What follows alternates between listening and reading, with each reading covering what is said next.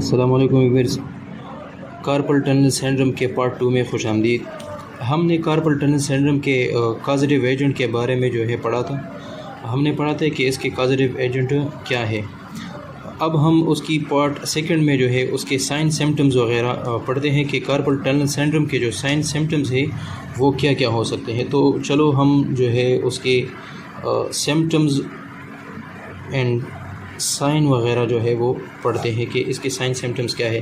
تو سب سے پہلے جو اس کا سائن ہوتا ہے، یہ ہمارے فنگرز میں نمنس وہ ہوتی ہے، ہمارے فنگر میں نمنس ہوتی ہے۔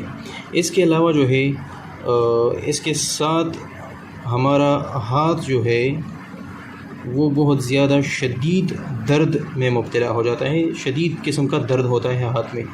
اس کے علاوہ یہ درد ہمارے پاس ہمارے آرم تک چلا جاتا ہے اوپر۔ اس کے علاوہ یہ پین ہمارے نیک ایریا تک جاتا ہے۔ یہ نیک ایریا تک اس لیے جاتا ہے کیونکہ یہ جو میڈین نرو ہے، اس کی جو ایرائز ہوتی ہے وہ نیک ایریا سے ہوتی ہے۔ یہ نیک ایریا سے تقریباً روٹس اس کی وہ نیک ایریا سے نکل آتے ہیں۔ تقریباً یہ 9 نرو ہوتے ہیں، اور یہ 9 نرو وہاں سے نکلتے ہیں، اور راستے میں یہ ایک دوسرے سے مل کر ایک نرو بناتا ہے، جسے ہم میڈین نرو کہتے ہیں۔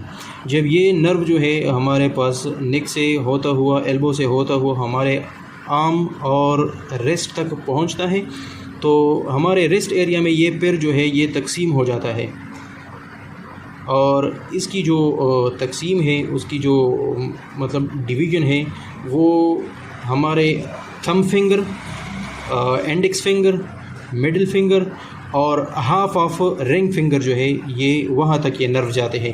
تو سائن سمٹمز میں یہ نمنس یہ ہمارے ان 3 انگلیوں میں برابر کا ہوتا ہے، بالکل مکمل طور پر، اور رنگ فنگر میں ہمارے پاس آدھا جو ہمارے پاس رنگ فنگر ہوتا ہے، اس میں نمنس وغیرہ وہ آتی ہے۔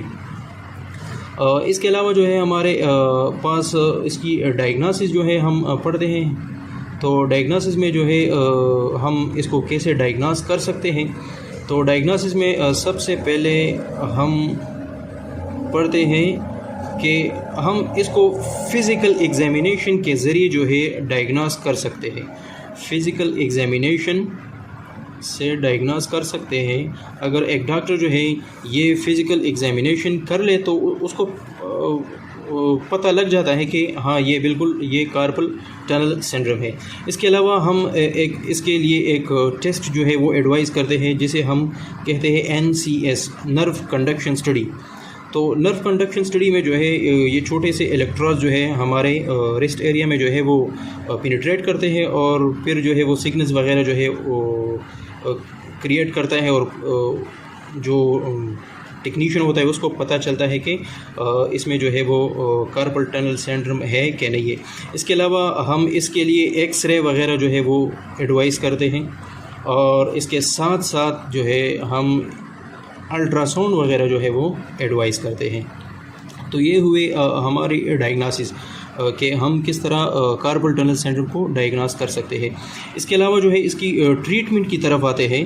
تو ٹریٹمنٹ عام نارمل حالت میں اگر یہ کنڈیشن زیادہ سیویئر نہیں ہو تو ٹریٹمنٹ ہم ٹریٹمنٹ میں کیا وہ پرسکرائب کر سکتے ہیں۔ تو ہم non steroid anti inflammatory drugs وہ پرسکرائب کرتے ہیں۔ Non steroid anti inflammatory drugs وہ پرسکرائب کرتے ہیں۔ اس کے علاوہ اور میڈیکیشنز ہیں، جس میں ہمارے پاس کارٹیکو اسٹیرائڈز وغیرہ وہ زیادہ تر وہ ایڈوائز کرتے ہیں، اس لیے کہ یہ درد وغیرہ یہ نمنس، یہ سن پن یہ اس کے ساتھ تھوڑا سا وہ ٹھیک ہو جاتا ہے۔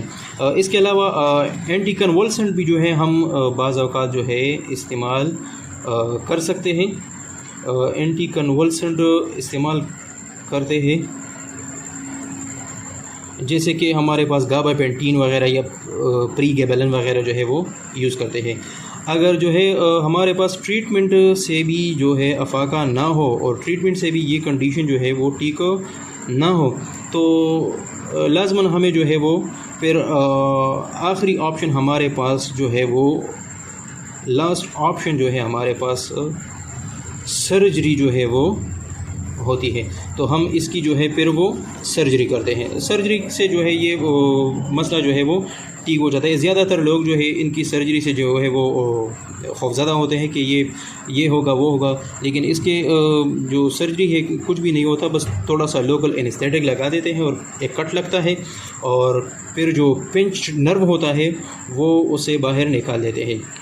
یہاں پر میں نے آپ کو ایک بات کہی کہ فنگر نمبنس جو ہے وہ ہوتی ہے، تو کون کون سے فنگرز میں نے آپ کو بتا بھی دیے، اور اس کے علاوہ میں اس کے ساتھ جو ہے وہ ایک اینیمیشن جو ہے وہ آپ کو اٹیچ کر کے دکھاتا ہوں کہ کون سے جو ہے وہ فنگرز انوالو ہوتے ہیں اس میں۔